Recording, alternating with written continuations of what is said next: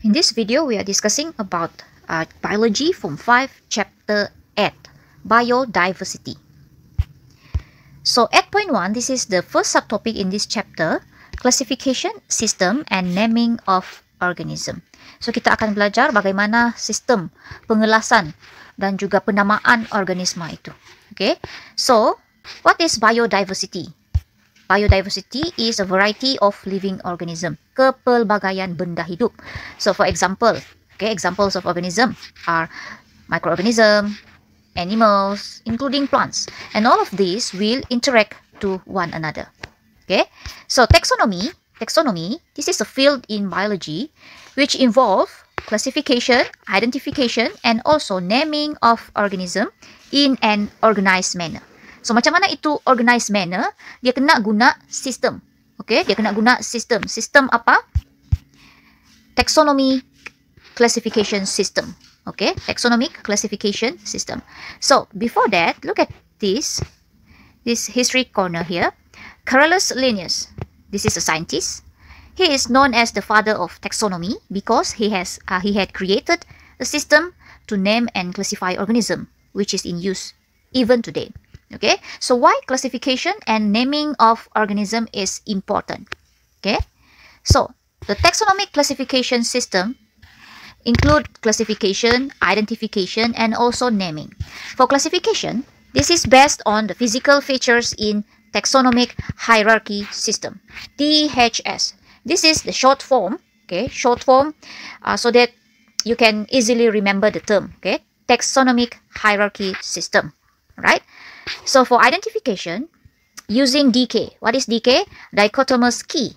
Okay. For naming, using B and S. Binomial nomenclature system. Sistem penamaan binomial. So semua ini penting. The taxonomic classification system is important to facilitate studies and discussion among scientists at international level. Okay, classifications of organism is based on these three. Okay. Kalau kita mau classify organism, okay, dia mesti based on these three. Okay, the first one, the type of the cell. What type is the cells? Okay, number two, the number of the cell. Number three, the types of nutrition. Macam mana organism itu dapat, macam mana organism itu punya nutrisi. Okay, macam mana dia dapat tenaga. Macam mana dia makan. Okay, in simple words. Okay, so organisms are categorized into 6 kingdoms. Ingat ah? 6 kingdoms ah. So organism categorized into 6 kingdoms ini, dia punya classification itu adalah based on these three ya. Okay, dari segi types of cell, the number of the cell, and also the types of nutrition. So 6 kingdoms itu adalah this one. The first one, Archaebacteria, Eubacteria, Protista, the fungi, Plantae, and also Animalia. Okay, 6 kingdom itu. So we are going to look into this one by one. So remember, all of these are classified based on their types of cell, the number of cells, and also the types of nutrition. So the first one is Archaebacteria. Types of cell dia adalah prokaryote. Okay, prokaryotic cell. Prokaryot lah. Apa itu prokaryot? Ini adalah cell that lack with nucleus and other organelles. Okay, dia tiada nucleus dan juga organel yang lain. Okay, so number of cell dia adalah unicellular organism, meaning single cell lah. Okay, single cell, unicellular. And then types of nutrition dia adalah sama ada autotroph or heterotroph. Autotroph di sini adalah organism yang able to produce their own food. Okay. Heterotroph pula organism yang cannot produce their own food. So macam mana dia obtain dia punya energy is by eating other plants ataupun animals. Right? Itu adalah heterotroph. So for Archaebacteria di sini sama ada autotroph or heterotroph. So we have example here, Sulfolobus species. This is sulfur oxidizing bacteria. Okay, so the second kingdom is Eubacteria. For example, Salmonella species. This is same as Archaebacteria in terms of prokaryote. Okay, ini pun prokaryote. And then this one also unicellular organism. And then types of nutrition dia adalah sama ada autotroph or heterotroph. The third one is Protista, eukaryote. So this one is eukaryote. Kalau tadi itu prokaryote, ini eukaryote. So kalau tadi prokaryote itu adalah the cell lacks of nucleus and organelle. Eukaryote is opposite to this one, meaning dia ada nucleus and ada organelle. Alright, ada organelles. Okay, itu eukaryote. So for Protista sama ada dia unicell ataupun multicell. Okay, and then nutrition dia autotroph or heterotroph. Example, amoeba species di sini. Okay, the fourth one is fungi. Okay, fungi di sini sama juga eukaryote. And then sama ada dia unicell ataupun multicell organism. And then types of nutrition dia adalah heterotroph. Okay, heterotroph. They cannot produce their own food. Okay, so dia bergantung kepada organic material yang lain lah. Alright, so for example here mushroom, Mycena hematopus. Alright, so yang kelima, the fifth one here is the plantae. Okay, plantae di sini ialah kita tahu this one is plant. Okay, eukaryote juga. And then this one is multicell organism, multicellular organism. And dia punya nutrition is autotroph. Example, okay, you should know this. What is this? Bunga hati-hati kan kita panggil. Coleus blumae. Okay, the sixth one is Animalia. Okay, for example, Alcedo artis. Okay, ini adalah eukaryote. And sama ada dia unicellular ataupun multicellular organism. And the type of nutrition is heterotroph. So this one is the classification based on the type of cells, the number of cells, and types of nutrition. Tapi kita kena tengok the main features of organisms in each kingdom. Okay, so for Archaebacteria, di sini Archaebacteria, prokaryote meaning no nucleus, no organelle, unicellular meaning single cell, primitive bacteria. This is primitive bacteria. Kena panggil primitive bacteria. Kalau primitive itu dalam kata lain kita panggil dia bacteria kuno. Maksudnya dia adalah bacteria yang able to live in extreme condition dan dia adalah bacteria yang awal-awal kuno kan, primitive, alright? And then dia punya cell wall di sini contain no peptidoglycan. Okay, peptidoglycan ini adalah polymer that made up of sugar and also amino acid. So remember, the cell wall of Archaebacteria dia no peptidoglycan, alright? So lives in, di mana dia tinggal? Okay, it lives in hot environment, acidic environment, salty environment, and also anaerobic environment. Anaerobic here is tiada oxygen. Okay, so Archaebacteria is divided into 3 groups, okay, based on their habitat. The first one is methanogen, second one halophile, third one is thermophile. So kita tengok ciri-ciri untuk setiap satu ini. So methanogen is obligate anaerobic bacteria. Obligate anaerobic bacteria di sini bermaksud dia live only in absence of oxygen. Kalau dia ada presence of oxygen, dia tidak boleh survive. So ini obligate anaerobic bacteria, live only in absence of oxygen. Habitat dia adalah supaya, okay, and also in digestive tract. Digestive tract ini salur pencernaan, human and also ruminant. Okay, ruminant macam lembu. Okay, so it also produce methane as a metabolic byproduct. Okay, sebagai produk sampingan metabolisme dia. Okay, itu yang pertama, methanogen. Second one is halophile. Halophile, dia punya habitat adalah extremely high salt concentration. For example, in Dead Sea. Okay, so ini adalah example of halophile. Halobacterium salinarum. Third one is thermophile. Thermophile dia ini adalah Archaebacteria that can withstand with high temperature. Okay, 60 to 80 degrees Celsius. For example, in hot spring and also in highly acidic environment. Contoh, Sulfolobus species. This is sulfur oxidizing bacteria. Okay, so ini adalah Halobacterium salinarum. Second one is Eubacteria. This is prokaryote, unicellular organism, and then dia forms colonies. Okay, and then this is also called as true bacteria, and the cell wall for Eubacteria dia contain peptidoglycan.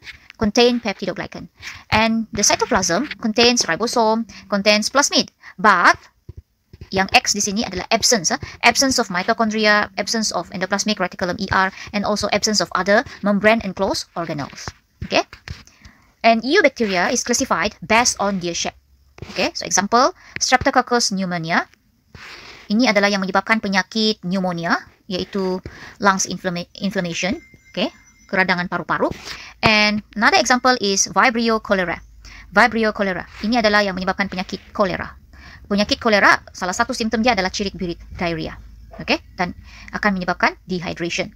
This is the examples of Streptococcus pneumonia, and this is the Vibrio cholera. The third one is Protista. Protista, this is eukaryote, contain nucleus. It can be unicellular or multicellular. And then type of nutrition sama ada autotroph, heterotroph, or both. Sama ada autotroph, heterotroph, ataupun both autotroph and heterotroph. This is simple cell with no specialized tissues. Okay, dia contain nucleus and also other organelles. Sebab itu kita panggil dia eukaryote. So Protista is divided into 3. The first one is protozoa, second one is algae, okay, and the third one is slime mold. Protozoa, example, Euglena species and Amoeba species, and also Paramecium species. Algae, dia punya contoh adalah algae, the examples is Spirogyra species and also Chlamydomonas species. Slime mold di sini contohnya adalah Phacerum and also Polycephalum.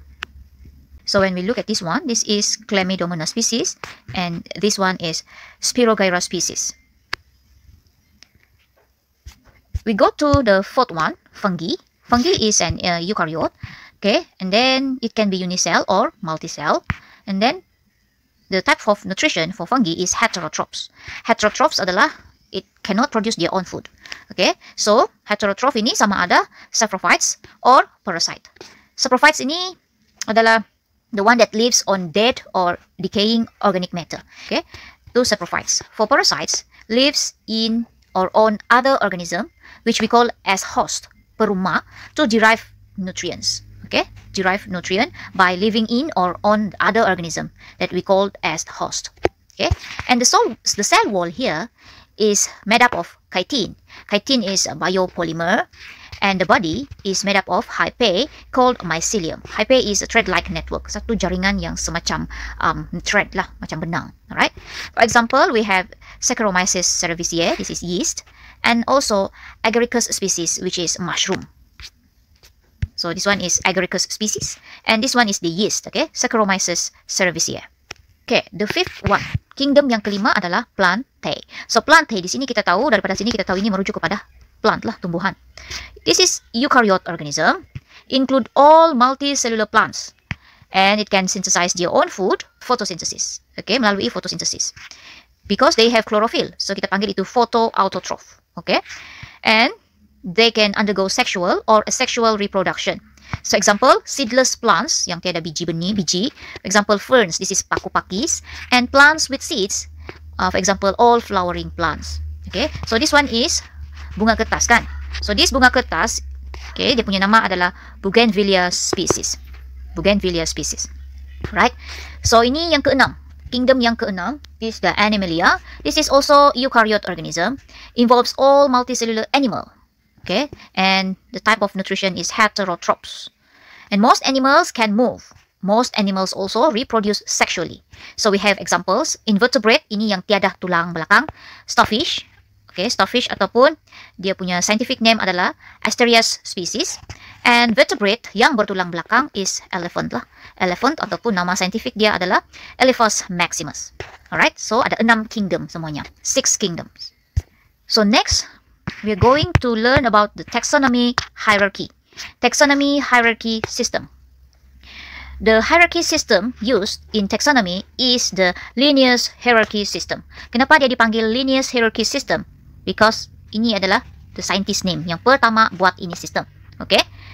The Linnaeus hierarchy system classifies organism according to hierarchy. So hierarchy ini dalam kata lain kita boleh sebut dia sebagai class system ataupun ranking. Okay? Di mana ranking dia itu ataupun hierarchy dia itu start from species to domain. Okay? So dia punya susunan ataupun the orders of the hierarchy of domain, kingdom, phylum, class, order, family, genus, barulah species. So domain is the highest taxonomic rank. Okay, and then each kingdom, so after domain, kingdom, right? So each kingdom will be divided into smaller group, what we call as phylum. Okay, phylum. Okay, so organism dalam phylum yang sama, organism in the same phylum, dia akan ada mutual characteristic. Okay, okay, organism in the particular phylum are different from organism from different phylum. So setiap phylum itu under the kingdom, dia punya organism adalah different. Okay, so after that phylum is divided into class. Okay, and then class is divided into order. Okay, and then order is divided into family. Family will be divided into genus, and lastly, genus will be divided into species. So species is the smallest group. Okay, smallest group used to classify organism. Organism of same species are able of interbreeding among themselves to produce viable fertile offspring. Okay, maksudnya spesies yang sama dia boleh interbreed antara satu dengan yang lain untuk menghasilkan offspring lah, anak. Alright. So ini yang kita panggil sebagai taxonomy hierarchy system, THS itu. So kita tengok in detail. For example, this one. Okay, so this is taxonomy hierarchy system from domain until species paling bawah. Alright, domain terbahagi kepada kingdom, okay, up to that phylum, class, order, family, genus, and lastly species. Okay, so the number of organism within each group will decrease because the genetic link between each organism become closer. Okay, for example, we have domain eukarya. Okay, domain eukarya. So ada banyak organism dalam domain yang sama, yaitu domain eukarya. Okay, domain eukarya. Kemudian pergi kepada kingdom. Kingdom animalia. Okay, kingdom animalia. Semakin berkurang dia punya organism. Alright. And then go to phylum. Phylum Chordata. Class Mammalia. Order Carnivora. Family Ursidae. Lepas itu genus. Genus dia adalah Arsus. And species dia adalah Arsus arctos. Ini adalah nama untuk brown bear. Nama saintifik untuk brown bear. Okay, so kalau kita lihat semakin ke bawah, the number of organism within each group will decrease. Makin ke atas, the number of organism within each group increases. Okay, so ini yang kita panggil sebagai THS, Taxonomy Hierarchy System. Okay, next one is Binomial Nomenclature System. This one is how we name the organism. Penamaan dia kita guna sistem penamaan binomial lah. And we are going to use the Linnaeus Binomial System. Okay, first sekali, each scientific name consists of two words. Okay, the first word is the name of the genus, and the second word is the name of the species. Okay, so penamaan dia itu adalah berdasarkan genus dengan species. Okay, sebab itu nama dia Arsus arctos di sini for brown bear. Okay, so scientific name ada dua perkataan. The first word is for genus, and the second word is the species name. Okay, and then the first letter of the genus is capitalized, mesti huruf besar. And the name of species, tidak, dia huruf kecil sahaja, small letter, right, for species. And all scientific names must be printed in italics, okay, mesti italics. Tetapi, if handwritten, maksudnya kalau kita tulis guna tangan, okay, tulisan tangan, kita tidak boleh tulis dia secara italic, so the two names must be underlined separately. Tengok dalam contoh, okay, underline separately. Kita tidak tulis dia dalam italic, tetapi dia mesti kena garis, alright. So, for example here, common name, kingfisher. This one, genus dia adalah Alcedo. Species dia adalah Atys. So, scientific name dia adalah Alcedo Atys. This one is handwritten, so kita garis. So, kalau kita type dia mesti dalam italic. Alcedo Atys. Pedi here, Oryza sativa. Dia underline. Printed, Oryza sativa, italic. Okay, so remember, the genus dia punya huruf pertama itu, kita huruf besar. Okay, but the species semua huruf kecil. Alright, the scientific name given to all organisms is accepted and used worldwide.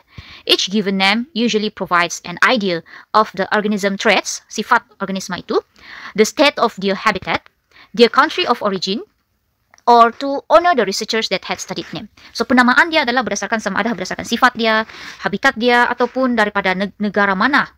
Okay, ataupun sebagai penghargaan kepada saintis-saintis yang telah study mereka. Okay, for example, the scientific name for pea plant, okay, pea plant is Pisum sativum, L. So, L di situ adalah refer to Linnaeus. Linnaeus is the first person who named the plant. Sebab itu nama dia Pisum sativum, L. Alright, so dia memberi honor kepada Linnaeus itu sendiri. And then we have dichotomous key. This is a tool used by taxonomists to identify organism. Okay, identify organisms based on similarities and also differences. Okay, so a dichotomous key is specific to an identification process. When identifying other organism, a different set of dichotomous key is used. Okay, so maksudnya dia spesifik. Bila kita mau identify satu jenis organism, kita guna dichotomous key yang ini. Kalau kita mau identify another organism, we are going to use a different set of dichotomous key. Okay, so this is a specific identification process. So the traits chosen, sifat yang dipilih itu, must be based on obvious and observable features yang boleh dilihat, okay, yang boleh di-observe. Overlapping traits must be avoided. So kita tengok contoh dichotomous key. For example here, kita ada ant, earthworm, hibiscus, fern, spider, snail, pine tree dengan butterfly. Butterfly sini ya. Okay, so ini adalah a sample of dichotomous key. Okay, for example, butterfly. Kita mau tahu apa benda ini, right? Kita mau tahu apa benda ini. So, kita mau identify dia. Okay, so we go to 1A. Animals. Adakah ini animals ataupun plants? Kalau dia animals, terus pergi kepada 2. Go to number 2. Okay. Kalau dia plants, go to 6. So because butterfly is animals, so go to number 2. Okay, number 2 is here. We have 2A or 2B. 2A has legs or does not have legs. Okay. So this butterfly, kalau kita tengok ini butterfly, oh dia ada legs. Okay. So has legs. So kalau dia has legs, terus kita pergi kepada number 3. Okay, number 3 here. We have 3A or 3B. 3 pairs of legs or 3B, more than 3 pairs of legs. So dia ada 3 pairs of legs sahaja. Okay, 3 pairs of legs. We go to number 4. We go to number 4. Has wings or does not have wings. Okay, this one ada wings dia. Okay, has wings. So bila has wings, we know this is butterfly. So this is butterfly. Okay, begitu. For example, this hibiscus. Okay, hibiscus is animal or plants? Plants. So plants has seeds or does not have seed? Okay, has seeds. So has seeds. Flowering plant or non-flowering plant? Oh, this one is flowering plant. So we know, we identify dia sebagai hibiscus. Okay, so ini adalah dichotomous key. Okay, dichotomous key. Okay, so hari ini kita belajar pasal biodiversity. Apa itu biodiversity? Okay, and then also the taxonomic classification system. Terbahagi kepada 3. Okay, and the classification of organism is based on what? And organism categorized into 6 kingdoms. Okay, apa 6 kingdoms itu? So you should remember all of these 6 kingdoms. The characteristic, the examples, right? And then kita juga sudah belajar the taxonomy hierarchy system. This one, okay, taxonomy hierarchy system, and also the binomial nomenclature system. Bagaimana penamaan itu dilakukan? And also lastly the dichotomous key tadi. To identify. Keywords dia adalah to identify. Okay, so that's all. Thank you.